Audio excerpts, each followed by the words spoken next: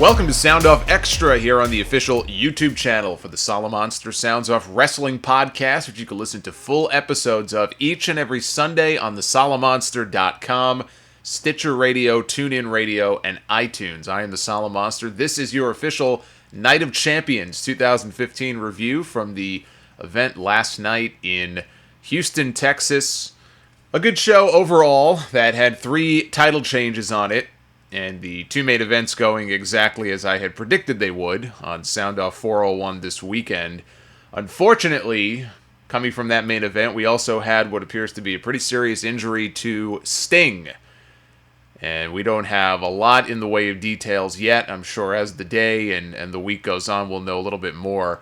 We'll talk about the Sting injury and the Sting match a little bit later on. I had, I don't know if you guys had this, but I had some major buffering issues. Actually, I shouldn't say I did. It was my friend's Apple TV we were watching the show on. And usually it's pretty good. You know, there'll be a few hiccups here and there with the network. But by and large, you know, it goes usually pretty smoothly. Not this time. We had major buffering issues for the entire show on Apple TV. Way more than usual. And I did see some other people on Twitter complaining about buffering issues that they had never had before, so I don't know if any of you had those issues, or maybe the way you were watching it, it was 100% A-OK. But that really was very frustrating. The first thing I noticed before we get into the actual pay-per-view matches here, we'll talk about the pre-show. There was a kickoff match, but on the kickoff, they had the panel outside the building. I think it was the Toyota Center. And they had a ring, a small ring set up outside. It was to promote the new, I think, Mattel action figure set that they have or whatever. I couldn't be the only one, though, looking at that ring, thinking to myself, I hope they have some matches in there. Or they could have the entire pay-per-view in there for all I care. Have the matches outside. At least it would be different than the usual set that they give us every single month, which, you know, this month was no different. So anyway, they didn't do that, unfortunately. But we had Neville and the Lucha Dragons against the Ascension and Stardust. They call themselves Cosmic Wasteland. Usually they're just a, like I said on the Sound Off this week, a galactic waste of time. But they actually gave them the win here. We had Stardust pinning Neville with the Crossroads. Neville was on the top rope. Stardust had sent Victor, his partner, into Neville, which knocked him off, and then he gave him his finish and pinned him. So I guess, you know, this is designed to be like a comic book feud. And the villain has to get a win every now and then. And so I guess that's what this was all about. Giving the villain a win. And they'll continue on from here.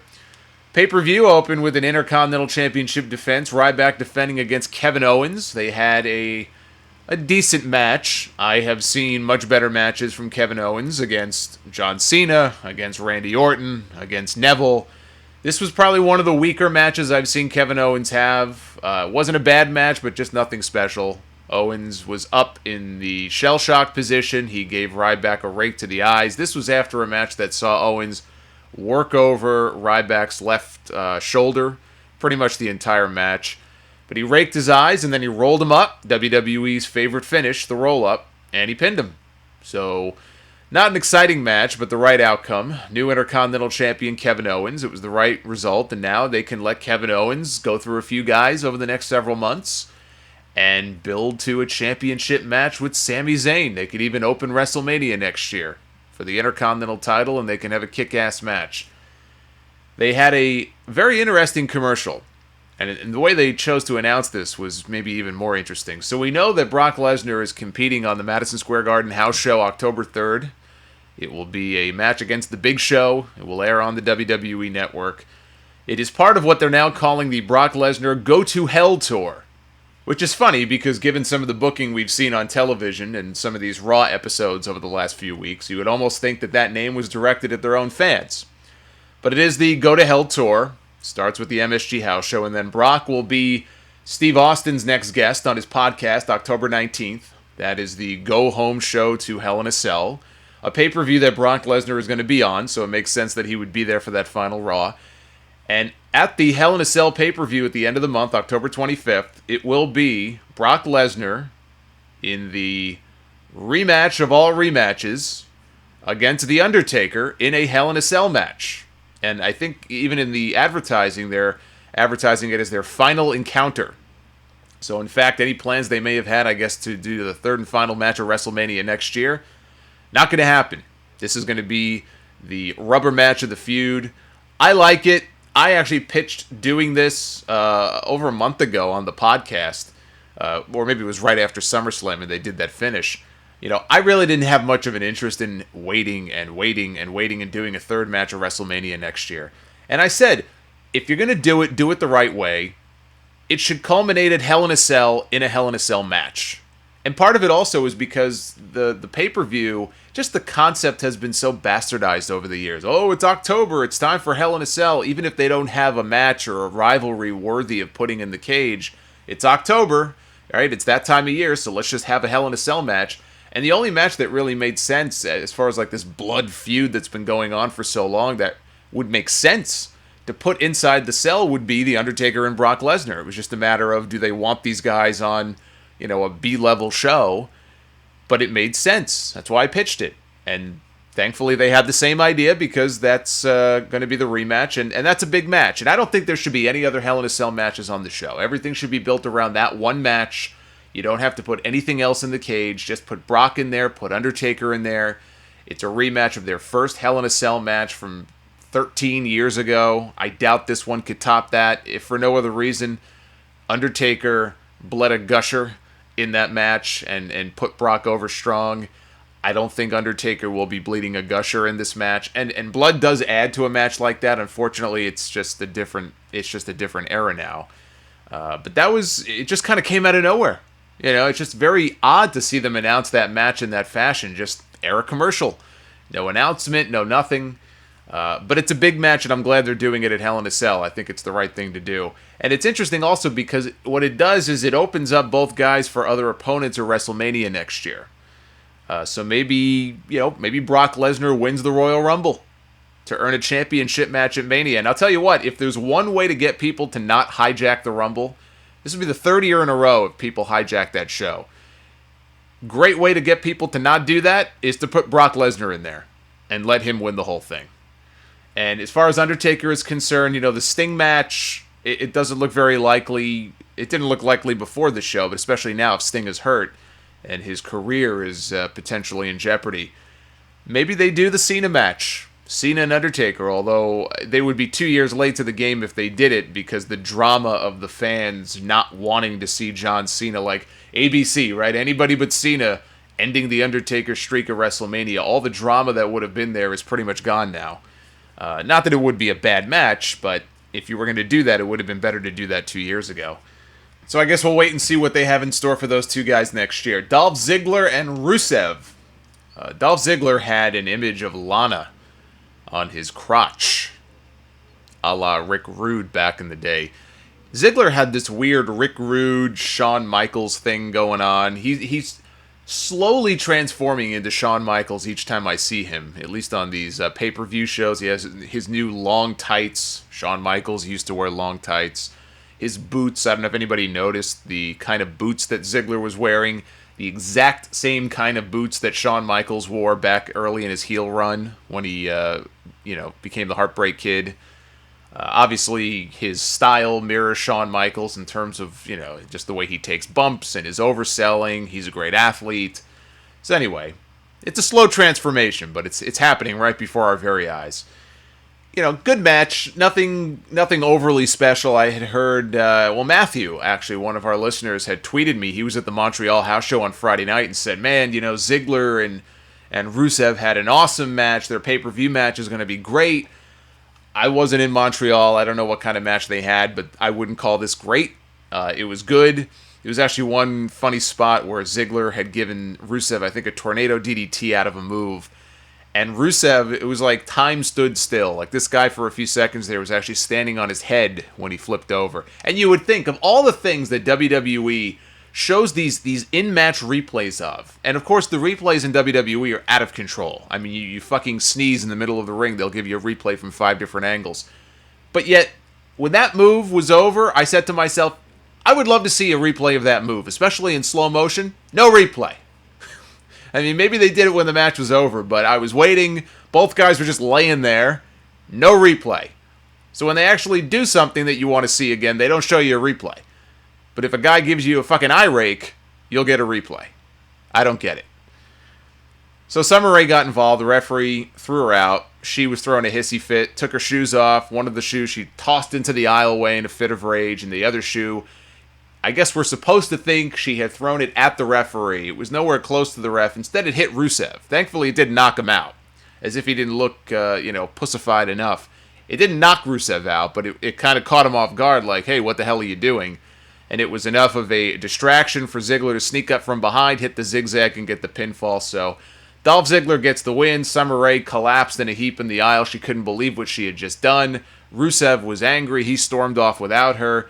Ziggler, I was going to say very condescending, but I still think the end game here, or at least before Lana got hurt, was some kind of double turn, and Summer ends up with Dolph. I think inevitably Lana ends up back with Rusev, but both of them being baby faces.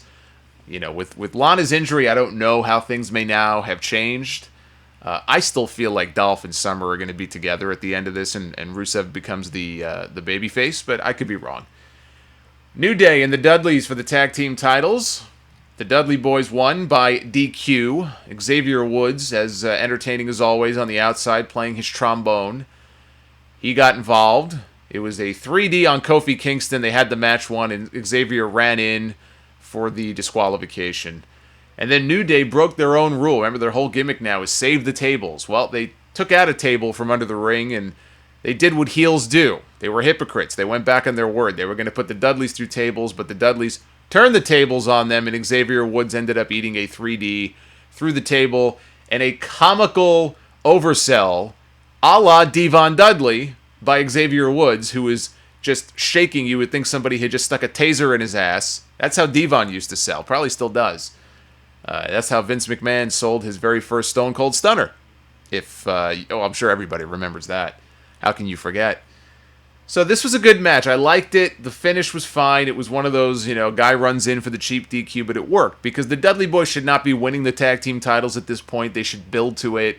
I'm sure there'll be another 1 or 2 matches between these two teams, and in the end, they'll probably get the belts. New Day is just awesome. Why take the titles off them now? They just got them back.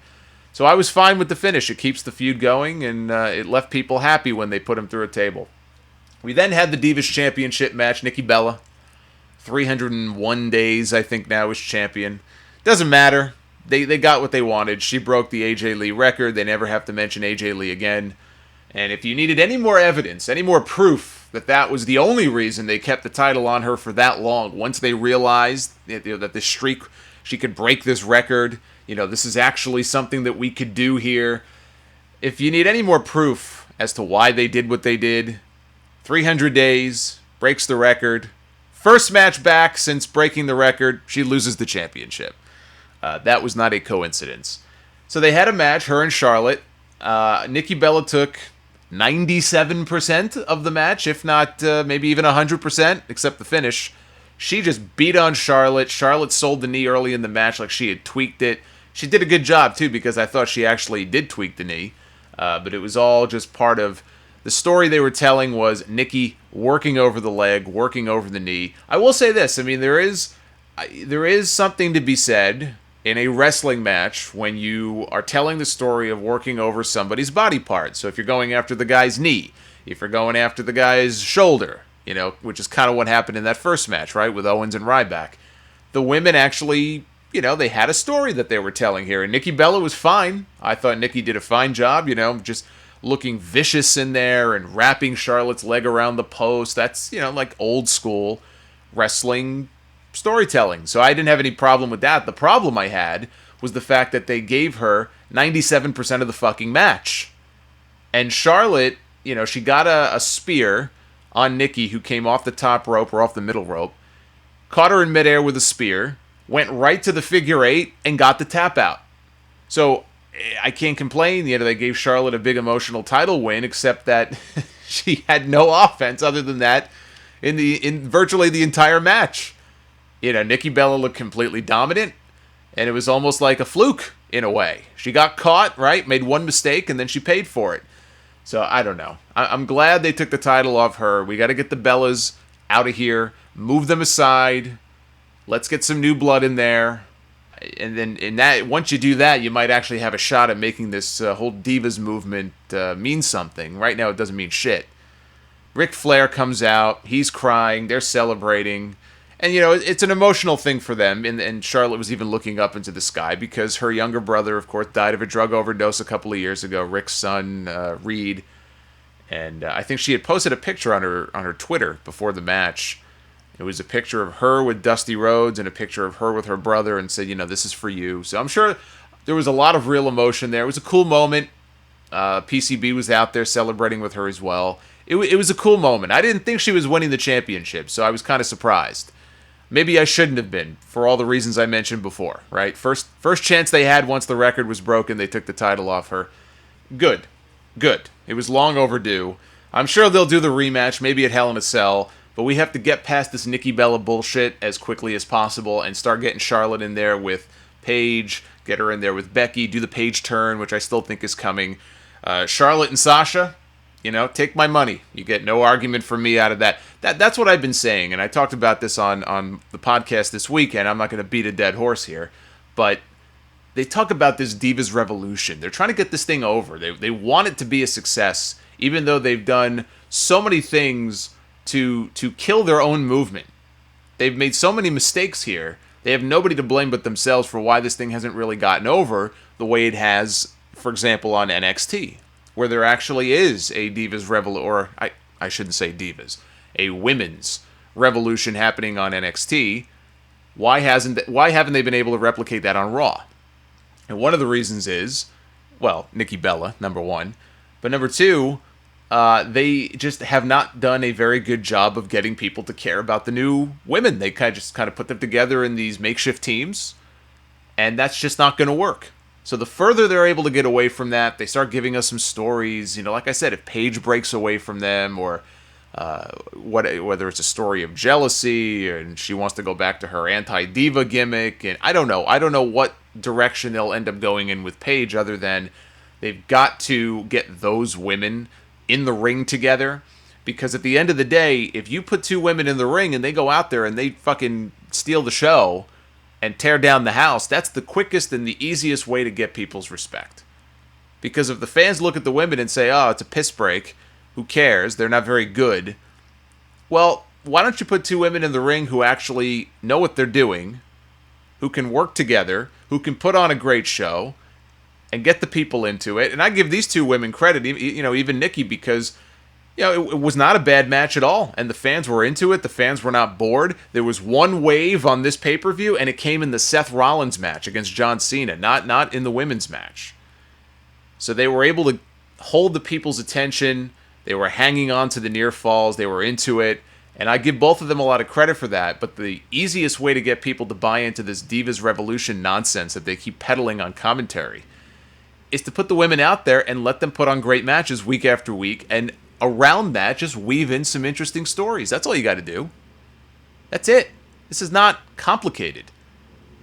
Learn from what you're doing on NXT that's working and apply that to the main roster. Mix in some new faces, and then you got something here. So hopefully this was the first step out of this dark age period that we just came out of.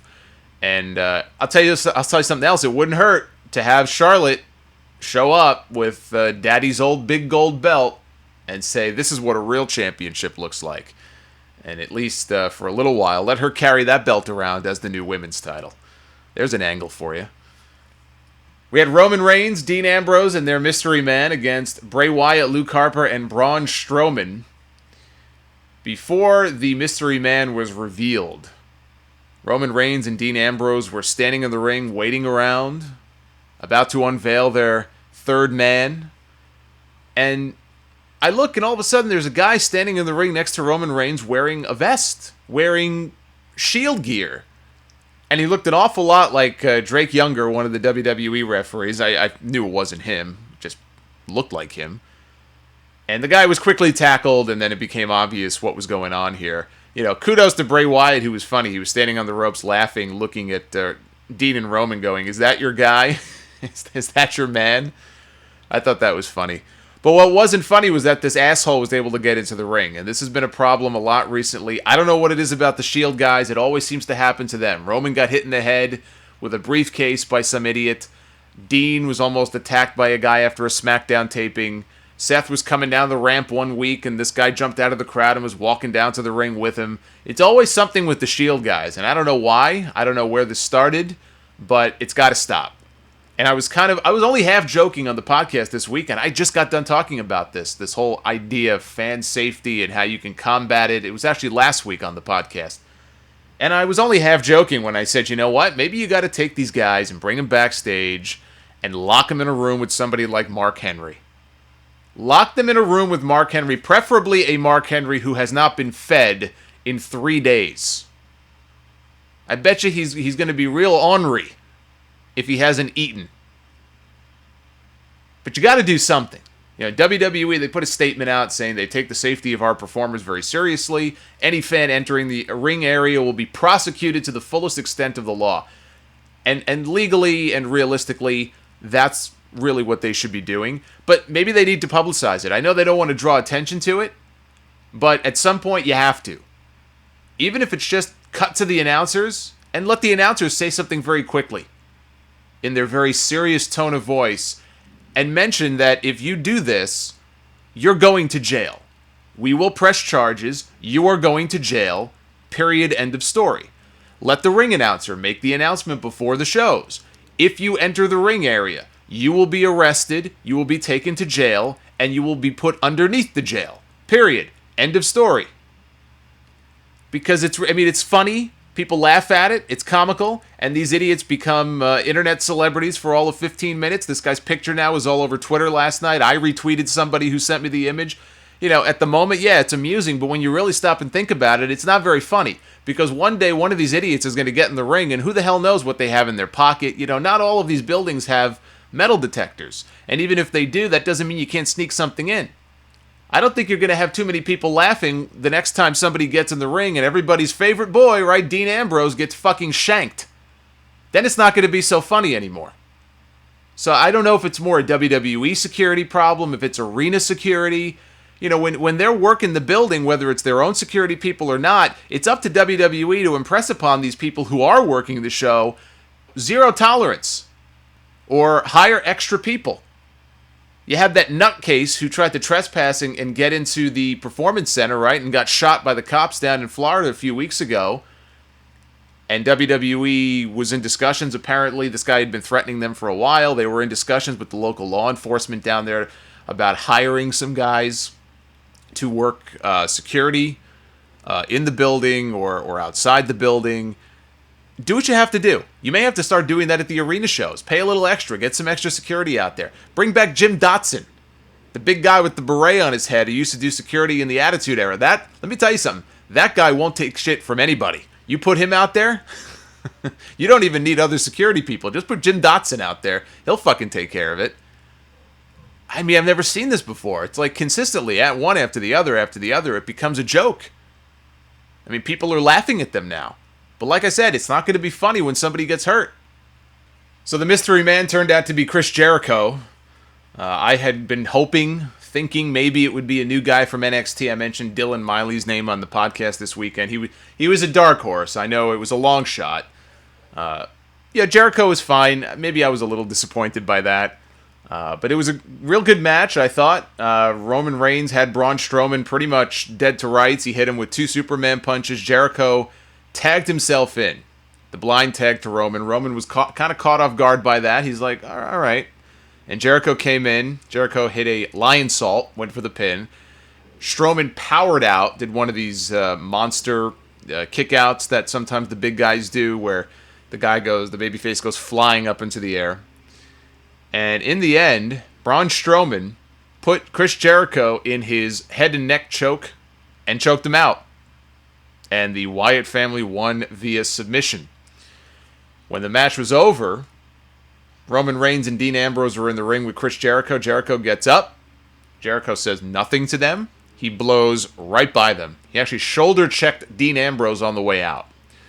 And just kept on walking. So the impression that I was left with watching this, and I guess we'll find out tonight on Raw, by the time you probably listen to this, we'll know more. But it looks like Jericho maybe is back for a run either with Ambrose, or I could see him working with Roman Reigns. Maybe they want Reigns to work with Jericho and help have Jericho, the heel, help put Reigns over strong as the big babyface. But it looks like Jericho's headed for a heel turn to me. Look, he came back, he did a big heel turn angle with Shawn Michaels back in 2008. One of the better heels this company has had probably in the last decade plus. That last heel Jericho run, he was really good at it. I know he's been working the house shows. Didn't want to work any TV. He's perfectly content to just do nothing but house shows. And I guess if you've read Jericho's book, especially his last book, you get the impression that Vince McMahon has come to really trust him and rely on him when they have a certain need.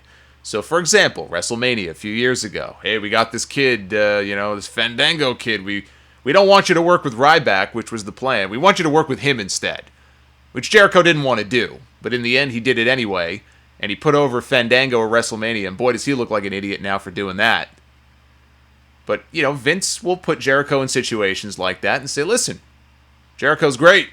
Let's put him in there. He'll help get this kid over. And him working with Roman Reigns would probably do Roman Reigns some good. And they'd probably have some pretty good matches, too. So I don't really have an issue with that. They did both Seth Rollins matches back-to-back on this show. And for those people asking why they would do this, it doesn't make any sense. He's an authority guy. Why would they stack the deck against him like that? It does make sense if, and I say if the story is that Triple H is still pissed at Rollins for the comments that he made about him a few weeks ago. And it's almost like this passive-aggressive form of punishment that eventually is going to lead to a match between Triple H and Seth Rollins, which I think it's just a matter of do they do it at Survivor Series, or do they want to stretch this out until WrestleMania next year? And they could do the Triple H-Seth Rollins match in Mania. Whether it's for the title or not almost doesn't even matter. It could be, it doesn't have to be, but I think it's inevitable Triple H versus Seth Rollins is going to happen sometime soon. So we had Rollins against John Cena for the United States Championship. This match was really no different than any John Cena-Seth Rollins match you've ever seen, which is to say a lot of the same moves, a lot of the same spots, a lot of the same near falls. But in the end, they end up having a really good match. I like the SummerSlam match better before that shit finish that they did with Jon Stewart. I thought that was an excellent match. This was really, really good. Like I said, it's hard to differentiate this from any of the other matches I've seen them have. This wasn't the best of the bunch, but best part of the whole match, no springboard stunner. That put a smile on my face right there. I'd give this match an extra star just for that alone. Hopefully Cena has learned his lesson, and we'll retire that move once and for all. But Cena did get the win, clean in the middle with the attitude adjustment after he did his leg drop off the top rope. One thing I kind of didn't like about this, and this is the problem, right? This is the problem with John Cena matches, which is that everybody kicks out of the AA. Everybody kicks out of the attitude adjustment. And this is a problem across the board in WWE with most people's finishers and the way they book their big matches now. But Cena especially, he has been very generous as far as allowing people to kick out of his move and get a dramatic near fall. The problem, though, is that when you have a match like this, and Cena ends up busting out the AA and hits it, and then gets the clean pin with it, which he should, right, because it's his finish, no matter how stupid it looks. But the problem is that so many people, including Seth Rollins, have kicked out of not just one, but multiple attitude adjustments, that when he beats the guy with just one, it feels melodramatic, right? It's just underwhelming. Like, that's it? Seth Rollins, the champion, right? The number one guy, the face of the company in storyline, and you beat him with one attitude adjustment?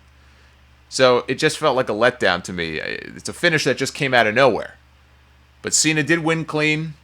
I figured he would, get the U.S. title back, which I don't have a problem with if he brings back the Open Challenge, because I think the John Cena Open Challenge on Raw was really the highlight of the show this year. I really enjoyed it, and I hope they bring that back. Otherwise, I don't really have any interest in seeing John Cena carry the U.S. title. So Rollins went to leave when the match was over. He grabbed his WWE Championship. He was going to hightail it out of there. John Cena was in the aisleway. He would not let him pass. Thou shalt not pass. Thou shalt not pass God here in the aisleway. And he tried to pass anyway. He shoved Cena. Cena picked him up, gave him an attitude adjustment on the floor, threw him into the ring, and then out came Sting for his very first and likely only WWE Championship match ever. No t-shirt, He had the red jacket back. He looked good. Not just physically. He was physically fit. He was physically in good shape. But in this match, at least until the finish, I thought Sting actually looked pretty damn good. And it's funny because I'm sitting there and I'm thinking to myself, knowing that Ric Flair is there, that Ric Flair is in the same building with Sting, part of me was hoping that he would screw over Sting. Yeah, just for old time's sake.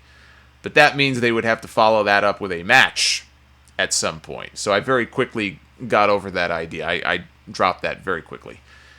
Sting worked very hard, though, in this match. He did a lot of stuff I did not expect him to do. There was a spot on the announce tables outside where Sting was standing with Rollins on the American announce desk, and Rollins basically shoved him backwards, and Sting took a bump through the Spanish announce table. They didn't move the monitors. They didn't move anything. He just shoved him. Sting fell back. I don't know if he hit his head. He could have. I assume he was fine. I half expected him to come up and there'd be a pool of blood on the floor because he hit his head. Thankfully, I don't think he did. That was kind of a crazy bump that'd be a crazy bump for anybody to take. I mean, you take a guy half his age, and when they do a spot like that, the first thing they do is they take those monitors and they move them, and they take the fan and they move all that stuff off. This guy's almost 60 years old, and he's taking a bump through a table, and there's monitors and stuff. I think Randy Orton actually sliced his back up at WrestleMania in the main event a couple years ago, falling through a table, and he landed right on one of those monitors. Those monitors straight out of 1995 that they're still rocking there at the announce desks. So that was kind of a crazy spot. And then Sting actually did a plancha off the top rope onto Rollins on the floor, which was kind of crazy. So he was letting it all hang out. I give Sting a lot of credit. I thought overall he looked good here. But then toward the end of the match, Seth Rollins powerbombed Sting into the corner. He gave him the buckle bomb. And this was not the first time he did it. He actually gave Sting a buckle bomb earlier in the match, which I thought was insane for Sting to take, but he took it. So it's almost as if to tempt fate, they did it again. And unfortunately, this time it didn't end up so well. If you go back and you watch it, I mean, his neck really whiplashed, like snapped back. It was kind of the upper part of his back between his shoulder blade. He hit hard. He was thrown into that corner, and he hit hard. And whatever happened on that spot. Because at that point, it's like the match came to a standstill. And Sting was supposed to come out of the corner, or I think be maybe Irish whipped out of the corner, and he just couldn't go. He just couldn't do. He collapsed. He couldn't do anything. Rollins sent him into the ropes. Sting came off. He just collapsed. He couldn't even move. So I don't know if it was just a matter of getting the wind knocked out of him, or if it was a broken rib. It could be a concussion. There's people who think he's concussed. What we've since found out, I think it was maybe Meltzer on his radio show last night, said that he suffered a very serious neck injury. But there's no other details right now. So as I'm sitting here recording this, there's no new details about Sting's injury, what it is, what it may be. This is just going based, I think, on what the Observer said last night after the show was over. It sounds like a neck injury, and it sounds like it could be very serious, to the point where, without knowing details of the injury, you just look at a guy 56 years old. This could be it. Every big injury to a guy at that age could be it. And so it's very possible that this could be the end of Sting's run in not just WWE, but wrestling in general. Sting may have wrestled his last match if this injury is that significant. And any kind of like back injury or neck injury that's major, it doesn't get worse than that, especially the neck. So hopefully it's not that serious. It would be a real shame for his run to come to an end like that. Although, if it did, God forbid, he went out on a high note. He was wrestling for the World Championship in the main event of a WWE pay-per-view. For a guy like that, short of it being on WrestleMania, it really doesn't get bigger than that. So, in a way, you could say he kind of went out on a high note. Although not exactly, because he did lose. So the doctors come in. They're asking Sting, okay, can you continue? What's going on? Sting is physically shoving the doctor away at one point. I thought they were going to end it. I mean, as much as they're very careful now, especially with all the concussion lawsuits, I thought for sure Vince was going to call an audible and say, just ring the bell. Like, we're not taking any chances here. But Sting was like, no, I want to fight. And they went a couple more minutes. Sting tried to get him in the Scorpion Death Lock. I was going to say Death Drop. And unfortunately, this was this reverted back to Sting from TNA, where I vividly remember ranting about this on an episode of the Sound Off.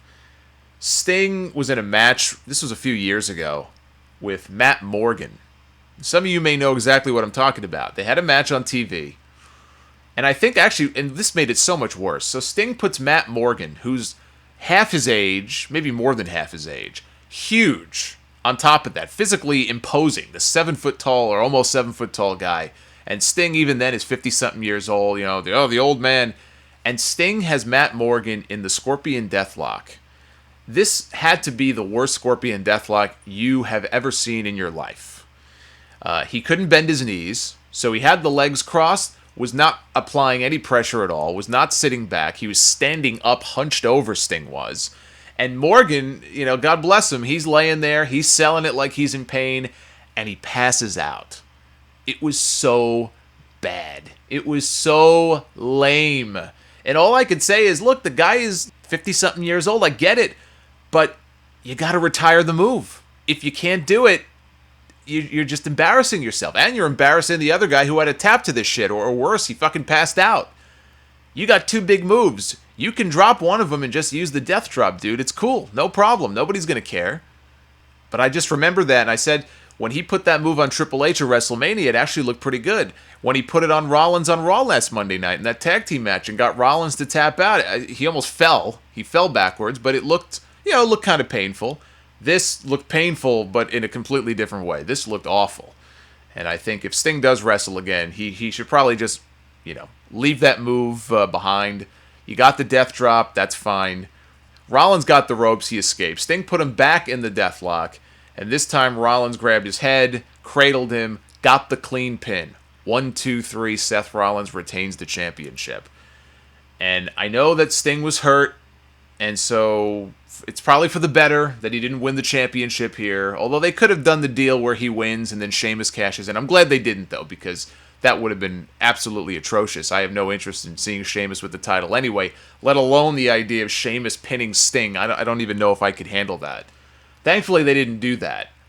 But injury aside, it would have been nice for them to maybe give Sting like a token run with the title, take the belt off Seth, let him go crazy. He just snaps. He has to get the belt back, just to shake things up a little bit. They opted not to do that. They put the other belt on Cena. They kept the world title on Seth. I'll tell you what, though. I don't know why Sting is taking a buckle bomb in the first place, let alone multiple ones. It's like, you did it earlier in the match. Do you really have to go back to this move again? That's why I mentioned that earlier, tempting fate. It felt to me like, this guy was actually doing well. And it's sad because right before that spot happened, I think it was after the plancha, the whole crowd was chanting, "You still got it." Like, they were into it. They were enjoying it. They were impressed by what they were seeing with Sting, and then they just went to that well one too many times, and we see the end result of that. Here's what I did not like about this finish. What I didn't like about the finish was the idea that Sting lost clean to Rollins coming right off the war that he had just had with John Cena. Maybe if they would have broken the matches up a little bit and did that match earlier in the night, maybe it wouldn't have been so bad. It looked bad, for Sting to go in there against a guy who had just wrestled a 20-minute war, with the top star of the company, which is what Cena still is, let's be honest. And he still can't finish off Rollins in a fair fight. There was no authority interference. There were no weapon shots, nut shots. Undertaker didn't come out and kick him in the dick or anything like that. Fair and square, pinned in the middle of the ring. I get it. Sting is 56 years old, and he's just being used now to put other guys over. But it would mean more to have him put someone over down the line after he gets a couple of wins under his belt in WWE. I mean, were it not for those 2 unannounced matches on Raw last week, the first one against Big Show having gone only 90 seconds and ended on a cheap DQ. So yeah, it's a win, but not a very impressive win. Were it not for that, Sting would be on a losing streak right now. He would be 0-2. So even if he heals up and he comes back for a WrestleMania match next year, what's it really going to mean? If they actually wanted to do Undertaker and Sting, what's it going to mean? The guy's a loser. And Sting should not be booked as a loser. He's a special attraction. I don't think this is what people had in mind all those years that, when they wanted to see Sting in WWE. Some of you didn't want to see Sting in WWE. You think he's old, he's washed up and overrated, and you don't like him. But there's a lot of people out there who love Sting. Or at least they love the idea of finally seeing him in WWE. What are they going to do with him? Who's he going to wrestle? I don't think this is what people had in mind. I don't think people thought in his first match he would lose to Triple H, and all these months later in pay-per-view matches at least, he would have an 0-2 record. And now he may be done because he took a fucking buckle bomb in the corner. I still can't get over that. So after the match, Sheamus came out. He laid out Seth Rollins with a brogue kick. He went to cash in his Money in the Bank briefcase when the pyro went off, and out came Masked Kane. He came back. He picked up Rollins off the mat and chokeslammed him. No surprise there. I talked about that this weekend. It made sense to put Kane with Rollins when he comes back. I thought, if anything, Kane would cost Rollins the championship, and that's why Sting would get a token run with it, with an assist from Kane. Because the last time we saw Kane, Brock Lesnar had broken his ankle, really because of Seth, and then Seth ended up stomping on it. So he chokeslammed him. Sheamus is egging him on. Give him another! Give him another! And so Kane decides to chokeslam Sheamus, turning him instant babyface to me. And he picks up Rollins. He gives him a tombstone pile driver. And it looks like the championship match at the next pay-per-view is going to be Seth Rollins against Kane, which would be the second time that Kane is ever featured in the championship match at an October pay-per-view that is not headlined by the title match, and instead is highlighted by a Hell in a Cell match between Brock Lesnar and The Undertaker. Same thing happened in No Mercy in 2002. Kane wrestled Triple H on the undercard. It was a title unification match. The world title, Intercontinental title were on the line. And the main event on that show was Brock Lesnar and The Undertaker, Hell in a Cell. So 13 years later, it looks like history is going to repeat itself. I don't know if they'll put Sheamus in there, make it a triple threat. I hope not. But that looks to be the title match coming up in October. And that was your pay-per-view. So good show overall. There were some good matches on this show. Kevin Owens winning the Intercontinental title was the right way to go. Charlotte winning the Divas title, even though I didn't think it would happen, is the right move to make. And it did make for a nice little emotional celebration there with her father at the end. And I was impressed by Sting in that main event before it all went straight to hell there at the end. He had a good accounting for himself. That match was better than it had any right to be, and Sting was a lot more active in that match than I expected him to be. And that's your Night of Champions review. You can listen to full episodes of the Sound Off podcast every Sunday. They are available. They're all archived on the Solomonster.com. You can also listen and subscribe in Stitcher Radio, TuneIn Radio, iTunes. We have a dedicated free Android app in the Google Play Store, and we're also available for streaming on iOS and Android devices in the official Podbean app. You could find the Sound Off in there as well. Follow me on Twitter at Solomonster, and we'll be back very soon with another Sound Off Extra. Hit the subscribe button on the YouTube channel here so the next time a new video goes up, you will be alerted. I will see you guys again soon. Have yourselves a great week. Until next time, be well, stay safe. Thanks for listening to this Night of Champions 2015 review, and we'll be back real soon. Take care, guys.